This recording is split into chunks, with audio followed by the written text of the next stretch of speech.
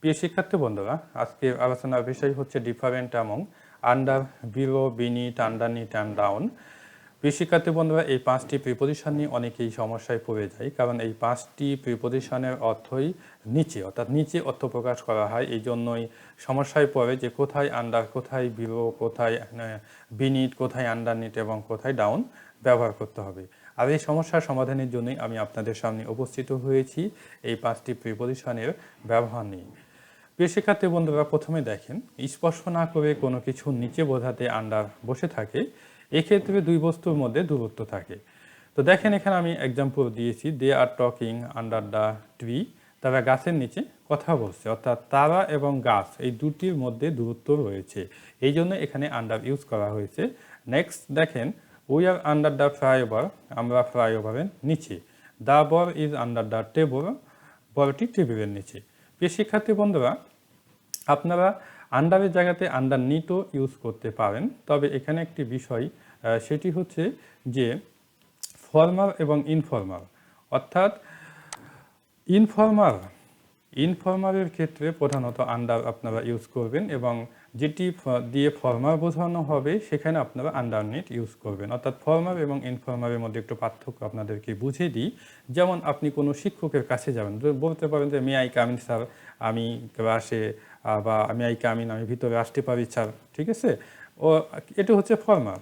কিন্তু আপনি যখন কোনো বন্ধুর কাছে যাবেন তখন কিন্তু ওইভাবে অনুমতি নিতে হয় না, বা তাদের কাছে আপনি যে কোনো কথা বলতে পারেন, কিন্তু শিক্ষকের কাছে কিন্তু সব কথা আপনি বলতে পারেন না, তাই না?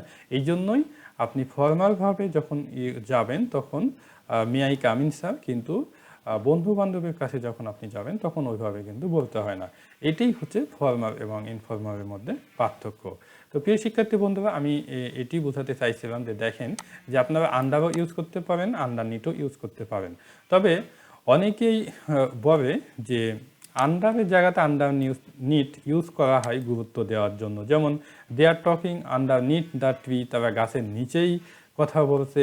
অনুরূপভাবে দেখেন, we are underneath the flyover, আমরা ফ্লাইওভারের নিচেই আসি, এরকম বোঝানো হয়েছে। The ball is underneath the table, বলটি টেবিলের নিচেই। হ্যাঁ, এরকম যখন গুরুত্ব বোঝানো হয় তখন আন্ডারনিট ইউজ করা হয়, অনেকেই এটা বলে থাকেন। তো আপনারা যদি সেই সেন্সে ইউজ করেন আপনারা করতে পারেন।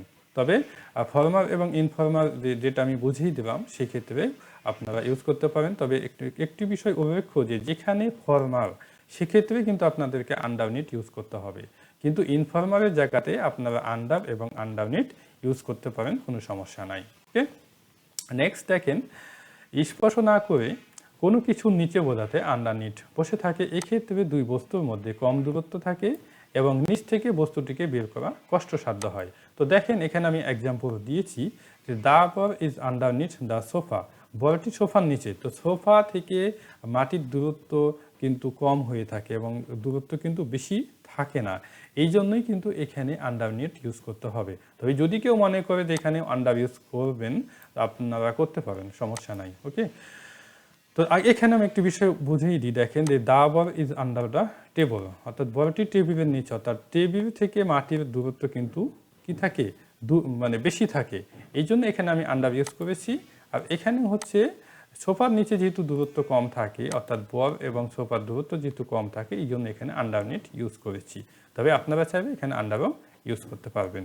নেক্সট দেখেন, the bat is underneath the জাঙ্কস, ইঁদুরটি আবর্জনা অথবা রাখরির নিচে। তো দেখেন না, রাখরি বা মোচা বানানো হয় বাঁশ দিয়ে, হ্যাঁ, এগুলোর নিচে যখন কোনো কিছু থাকে তখন আন্ডারনিট ইউজ করতে হয়। ইঁদুরটি, এবং সেখান থেকেই কিন্তু ইঁদুরকে বের করা কিন্তু কষ্টসাধ্য, বা সেখানে সাপ ঢুকে গেছে, হ্যাঁ, বা কোনো কিছু ঢুকে গেছে এবং সেখান থেকে বের করা অনেক কষ্টসাধ্য হয়, এই জন্যই সেখানে কি করতে হবে, আন্ডারনিট ইউজ করতে হবে। ওকে, নেক্সট দেখেন, বিনিট, স্পর্শ করে কোনো কিছু নিচে বোঝাতে বিনিট বসে। যেমন the grass is beneath my feet, ঘাস আমার পায়ের নিচে, অর্থাৎ ঘাস আমার পায়ের নিচে স্পর্শ অবস্থায় রয়েছে, স্পর্শ আছে কিন্তু পায়ের নিচে আছে। কিন্তু আপনি যদি ঘাস থেকে একটি পা মানে উপরের দিকে নিয়ে আসেন, উপরে ভাসন্ত অবস্থায় রাখেন, তখন কিন্তু আর আপনারা বিনিট ইউজ করতে পারবেন না, তখন আপনাদেরকে আন্ডার ইউজ করতে হবে। ওকে, নেক্সট দেখেন the mobile is beneath the pillow, মোবাইলটি বালিশের নিচে। ওকে, অর্থাৎ মোবাইলটি বালিশকে স্পর্শ করে আছে, স্পর্শ করে আছে, এই জন্যই এখানে বিনিথ ইউজ করা হয়েছে। নেক্সট দেখেন the man is wearing a T shirt beneath his coat, লোকটি তার কোটের নিচে একটি টি শার্ট পরিধান করছে। ওকে, অর্থাৎ কোটের নিচে টি শার্ট পরিধান করছে, এর মানে এখানে বোঝানো হয়েছে টি শার্ট কোটকে স্পর্শ করেছে এবং স্পর্শ অবস্থায় রয়েছে, এই জন্য এখানে বিনিট ইউজ করা হয়েছে। নেক্সট দেখেন ডাউন, গতি নিয়ে নিচে বোঝাতে ডাউন বসে। দেখেন এখানে example, he fell down from the roof, সে ছাদ থেকে নিচে পড়ে গেল, তাই না? অর্থাৎ গতি নিয়েই কিন্তু, অর্থাৎ ছাদ থেকে যখন কেউ নিচে পড়ে যায় তখন গতি নিয়েই কিন্তু নিচে পড়ে যায়, এই জন্যই এখানে ডাউন ব্যবহার করা হয়েছে। অন্যভাবে দেখেন প্লিজ সিট ডাউন, দয়া করে বসো। তো এখানে দেখেন কোনো ব্যক্তি যখন দাঁড়িয়ে থাকবে তখন দাঁড়ানো থেকে যখন সে বসবে, ওকে, তখন গতি নিয়েই কিন্তু বসবে। এখানে যদিও বেশি গতি থাকবে না, তবু কিন্তু গতি নিয়েই কিন্তু নিচে বসবে, এই জন্য এখানে ডাউন ইউজ করতে হবে। নেক্সট দেখেন he is going down the tree, সে গাছের নিচে যাচ্ছে। ওকে, অর্থাৎ গতি নিয়ে গাছের নিচে, অর্থাৎ গাছের দিকে যাচ্ছে কিন্তু গতি নিয়ে যাচ্ছে, এই জন্যই এখানে ডাউন ব্যবহার করা হয়েছে।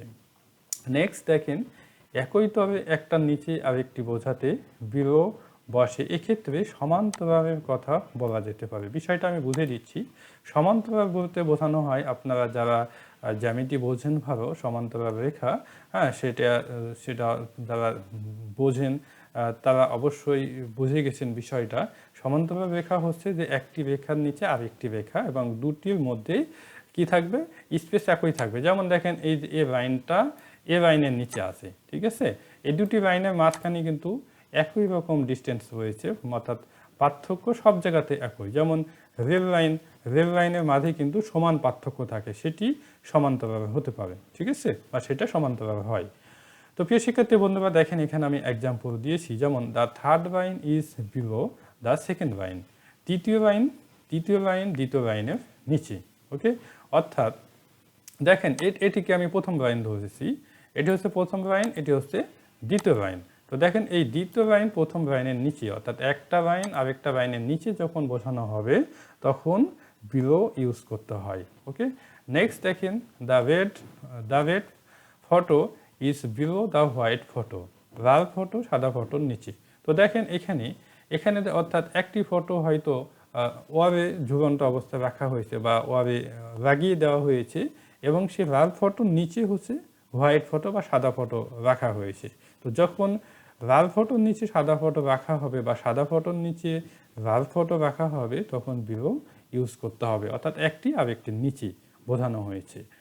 I have a spot below my I, আমার চোখের নিচে একটি দাগ আছে।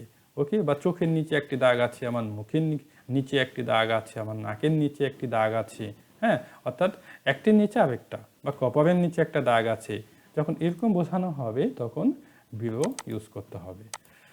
On or of button is below the TV, on অথবা অফ বাটন টিভির নিচে। ওই টিভিতে দেখবেন যে টিভির নিচে প্রধানত অন অথবা অফ বাটন কিন্তু থাকে।